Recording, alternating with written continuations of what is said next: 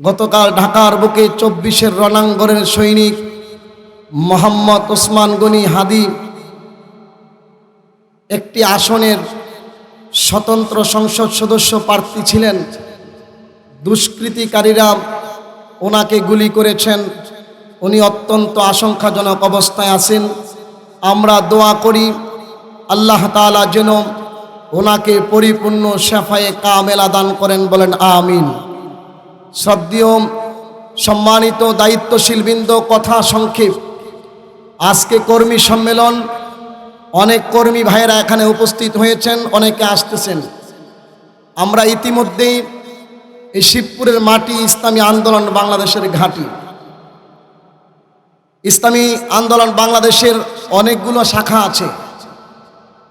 ইসলামী যুব আন্দোলন, ইসলামী শ্রমিক আন্দোলন, ইসলামী ছাত্র আন্দোলন, জাতীয় ওলামা মাশায়েখ সহ আরও অনেক শাখা আছে।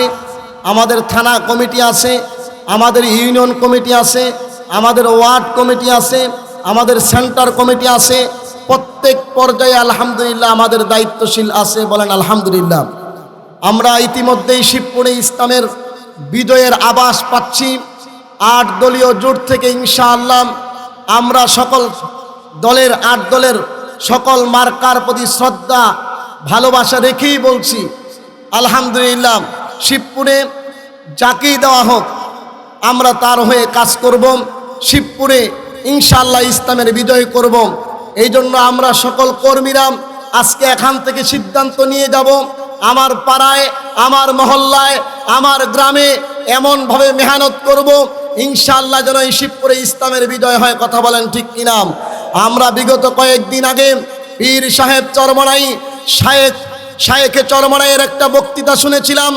শায়েখে চরমনাই বক্তৃতায় বলতেছিলেন যে আমি তো নিজেকে এমন মনে করি, কেউ যদি বলে যে আমার পায়ে যদি আপনি ধরেন তাহলে আমি ইসলামের পক্ষে সমর্থন দিব, তাহলে আমি ফয়জুল করিম, আমি ওই ব্যক্তির পায়ে ধরতে রাজি আছি। আমার তার পায়ের ধরার কারণে যদি ওই ব্যক্তিটা ইসলামের পক্ষে সমর্থন দেয় তাহলে ইসলামের পক্ষে একটা সমর্থন বাড়ল। কথা বলেন ঠিক কিনা?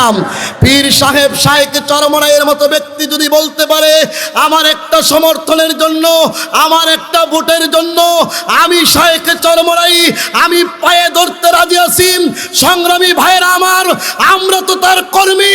আমরাও বলতে চাই শিবপুরের রন্ধ্রে রন্ধ্রে, গ্রামে মহল্লায় এমন মেহনত করব, প্রয়োজনে পায়ে ধরে হাতে ধরে হলো আগামীতে সবাইকে ইসলামের পক্ষে সমর্থন দেওয়ার জন্য দাওয়াত দিব, মেহনত করব। তো এর আছেন তো ইনশাআল্লাহ। সকল মার্কার প্রতি শ্রদ্ধা রেখেই বলছি শিবপুরে হাত পাখার ঘাঁটি। কথা বলেন ঠিক কিনা? যদি হাত পাখা আসে আমরা হাত পাখার বিজয়ের জন্য কাজ করব। যদি অন্য মার্কা আসে সেই মার্কার জন্য জান মাল সময় সর্বোচ্চ খরচ করব। সেই আশাবাদ ব্যক্ত করে আজকের মতো এখানেই বিদায় নিচ্ছি। দেখা হবে রাজপথে, দেখা হবে সংগ্রামে, কথা হবে মিছিলে। নারে তাকবীর।